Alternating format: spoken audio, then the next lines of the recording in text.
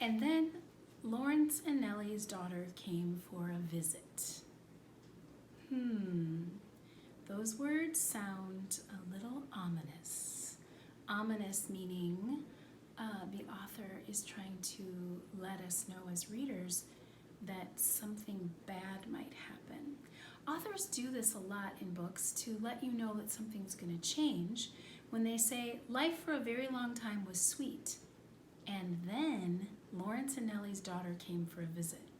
Now, we have no idea what could possibly happen. A daughter's coming to visit. Why does the author make it sound ominous or like scary? Something bad's going to happen. I mean, their daughter's coming to visit. Why should that be a problem? So thinking as a reader, I'm asking myself, can I predict what might happen? Can you think of something that might happen when their daughter comes to visit? Maybe she wants to take him home. Maybe, he is made out of china. Could she break him? That's kind of a sad idea. Not really sure. So let's start reading and find out.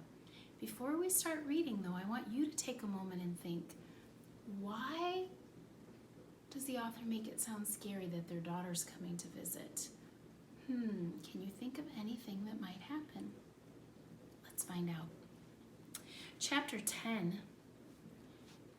Lolly was a lumpy woman who spoke too loudly and who wore too much lipstick. She entered the house and immediately spotted Edward sitting on the living room couch. "What's this?" she said. She put down her suitcase and picked Edward up by one foot. She held him upside down. "What's this?" she said. "Well, that's Susanna," said Nellie. "Susanna!" shouted Lolly. She gave Edward a shake. His dress was up over his head and he could see nothing. Already he had formed a deep and abiding hatred for Lolly. "Your father found her," said Nellie. "She came up in a net and she didn't have no clothes on her, so I made her some dresses." "Have you gone skivvy?" shouted Lolly. "Rabbits don't need clothes."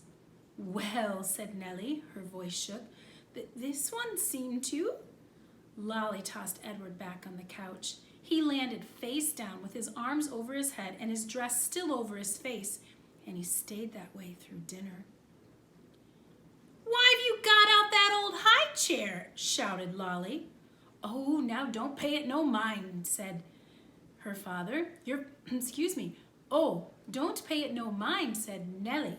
"Your father was just gluing on a missing piece, wasn't you, Lawrence?" "Oh, that's right," said Lawrence, without looking up from his plate. Of course, after dinner, Edward did not go outside and stand beneath the stars to have a smoke with Lawrence. And Nellie, for the first time since Edward had been with her, did not sing him a lullaby. In fact, Edward was ignored and forgotten about until the next morning, when Lolly picked him up again and pulled his dress way down away from his face and stared him in the eye. "Got the old folks bewitched, do ya?" said Lolly. "I heard the talk in town, that they've been treating you like a rabbit child." Edward stared back at Lolly. Her lipstick was a bright and bloody red. He felt a cold breeze through the room. Was a door open somewhere? "Well, you don't fool me," she said. She gave him a shake. "We'll be taking a trip together, you and me." Holding Edward by the ears, Lolly marched into the kitchen and shoved him face down in the garbage can. "Ma!" shouted Lolly. "I'm taking the truck. I'm going to head out and do some errands." "Oh," came Nellie's tremulous voice. "That's wonderful, dear. Goodbye, then." "Goodbye," thought Edward, as Lolly hauled the garbage can out to the truck. "Goodbye," Nellie called again, louder this time. Edward felt a sharp pain somewhere deep inside his china chest. For the first time, his heart called out to him. It said two words: "Nellie, Lawrence." Chapter 11. Edward ended up at the dump. He lay on top of orange peels, coffee grounds, rancid bacon, and rubber tires. The first night, he was at the top of the garbage heap, and so he was able to look up at the stars and find comfort in their light.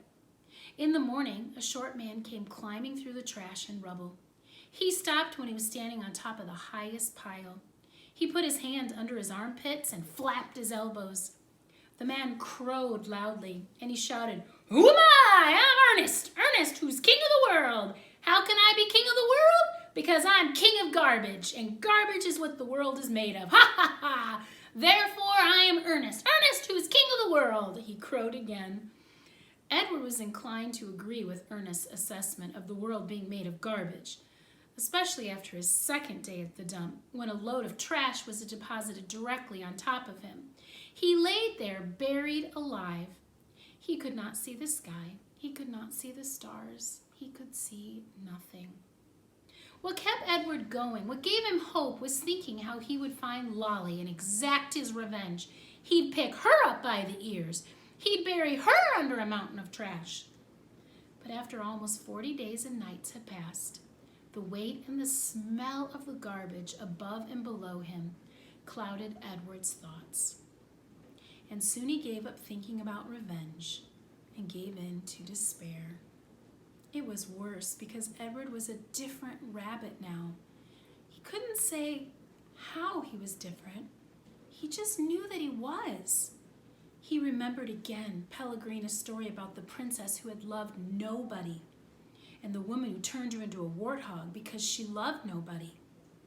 He understood that now. He heard Pellegrina say, "You disappoint me." "Why?" he asked her. "Why did I disappoint you?" But he knew the answer to that question too. It was because he had not loved Abilene enough, and now she was gone from him, and he would never be able to make it right. And Nellie and Lawrence were gone too. He missed them terribly. He wanted to be with them. The rabbit wondered if that was love.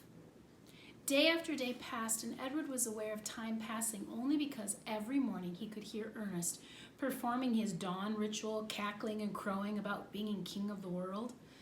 On his 180th day at the dump, 180 days, that's about 30 days in a month, so it's about 6 months or half of a year.